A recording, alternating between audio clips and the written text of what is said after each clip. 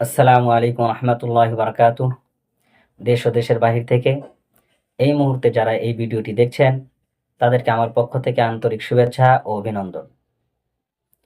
আজকে আপনাদের সাথে যে প্রশ্নটি শেয়ার করব সেটা হলো, আপন ভাই বোনকে জাকাত দেওয়া যাবে কিনা।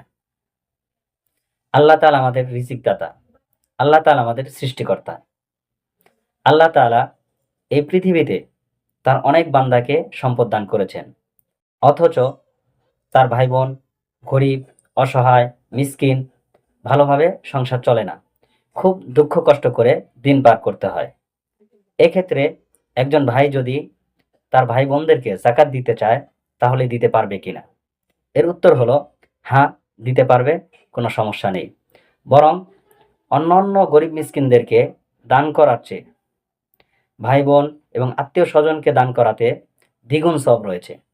কেননা সুনানে নাসাই শরীফের 2582 নম্বর হাদিসের মধ্যে এসেছে, ইন্না সদকাতা আলাল মিসকিন সদকাতুন ওয়া আলা যির রাহিমি ইসনানে সদকাতুন ওয়া সিলাতুন। অর্থাৎ মিসকিনকে দান করার মধ্যে শুধু সদকার সওয়াব রয়েছে, আর আত্মীয় স্বজনকে দান করার মধ্যে সদকা এবং আত্মীয়তার সম্পর্ক বজায় রাখা উভয়টির সওয়াবই রয়েছে। সুতরাং বোঝা গেল, অন্য মিসকিনদেরকে দান করলে শুধু জাকাতের সওয়াব পাওয়া যাবে, আর ভাই বোন ও আত্মীয় স্বজনকে দান করলে জাকাতের সওয়াবও পাওয়া যাবে এবং আত্মীয়তার সম্পর্ক বজায় রাখার সওয়াবও পাওয়া যাবে।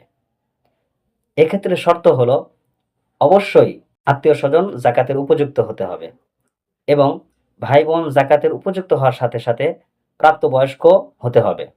কেননা যদি ভাই বোন অপ্রাপ্তবয়স্ক হয় তখন তাদেরকে জাকাত দেওয়া যাবে না, বরং তখন ছোট ভাই বোনদের ভরণ পোষণের দায়িত্ব বড় ভাইয়ের উপর চলে আসে। ভাই বোনদেরকে জাকাত দেওয়ার ক্ষেত্রে আরেকটি লক্ষণীয় বিষয় হলো, যদি ভাই বোনদেরকে বলা হয় যে এটা জাকাতের টাকা, তাহলে হয়তো তারা মনে কষ্ট পেতে পারে। তাই তাদেরকে মনে মনে জাকাতের নিয়ত করে তাদেরকে খরচের জন্য দিলেও জাকাত আদায় হয়ে যাবে। আল্লাহ তাআলা আমাদেরকে বোঝার তৌফিক দান করুন।